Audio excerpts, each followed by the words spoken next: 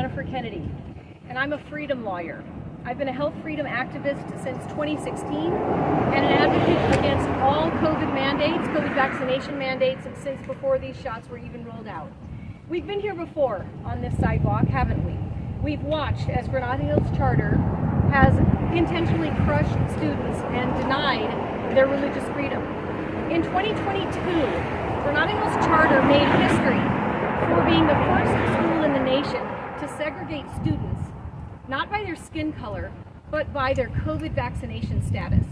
Granada deliberately ignored and disrespected their religious freedom to decline experimental COVID vaccination, and Granada punished these students, these conscientious objectors, by stripping them away from their classrooms, their teachers, their friends, their mentors, their sports, their clubs, special programs that Granada likes to brag about, like academic decathlon, Model UN, the youth business program called DECA, robotics.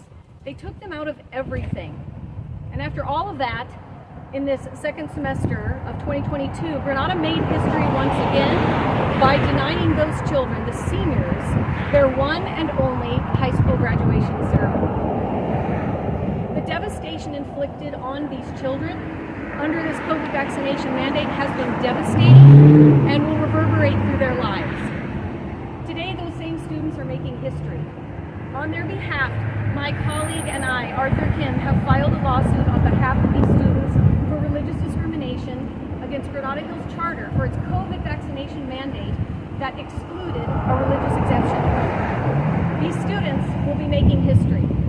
Today we'll be hearing from several people. Arthur Kim, my co-counsel, who is a civil rights attorney and employment attorney. Pastor Stacey Hayes, a Christian pastor also affected by vaccination mandates.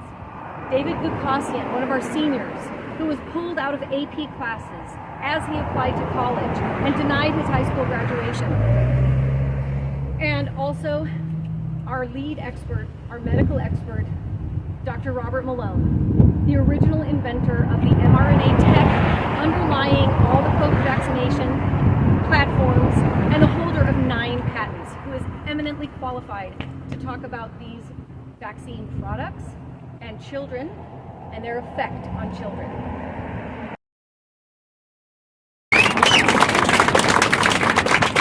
Thank you, Dr. Malone. You know, listening to the math that Dr. Malone just gave of 1 in 1,000, what are the odds? What are the odds that any child forced into a shot here at Granada Hills Charter, that a child might suffer adverse effects or frankly even death? And why would Granada Hills Charter want to continue playing this kind of Russian roulette with our children's lives? Why would they do that? Whose dead child will end this mandate? My friend Ernesto Ramirez lost his son, Ernest Ramirez Jr., days after his Pfizer #1.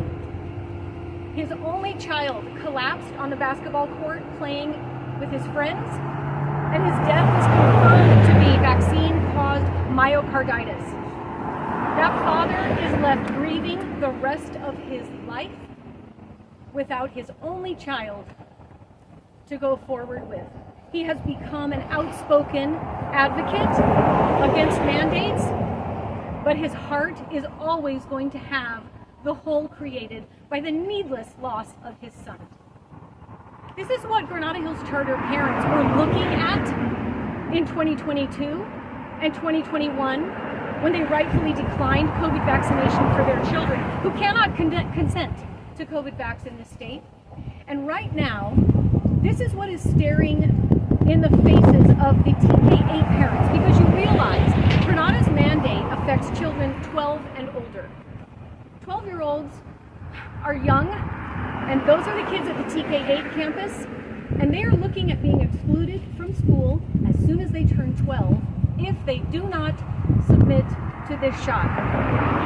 They are, in effect, walking the plank with every day that Granada Hills Charter keeps this needless mandate, this stupid and cruel mandate in place.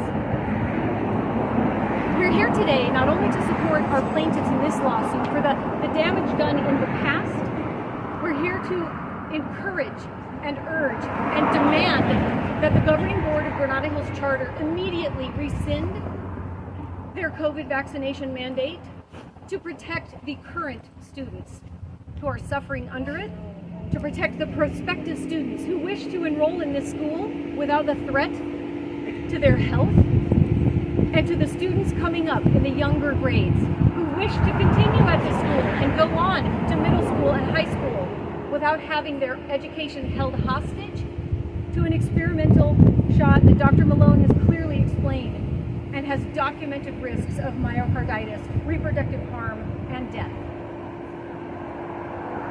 Health freedom, medical freedom, is the civil rights movement of our time.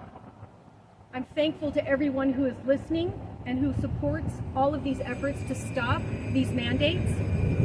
We appreciate your support for our lawsuit, and we would appreciate your pressure on Granada Hills Charter.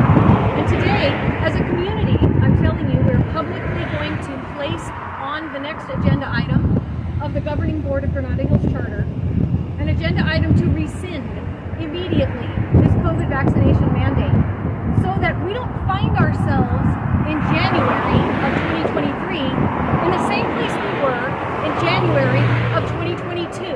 And that is seeing a whole other crop of kids excluded from school and basically sent home to their kitchen table to continue their education. This moment in time is long overdue. At every step in this journey, since the introduction of this mandate, Granada has had a chance to do the right thing. Its own policy says, oh, as things improve, as things change, as situations change, why, we'll change our mandate, and they never have. Even as the states of emergency have dropped, even as the pandemic was declared over, even as every single entity around the nation has dropped vaccination mandates, even as LAUSD was barred from its childhood schedule mandate, even as LA City is now poised to take it down, even as San Francisco took their mandate down. Everyone has taken it down, but why does it remain at Granada Hills Charter? It's time for it to end. That time is now, and we appreciate your support. Thank you so much.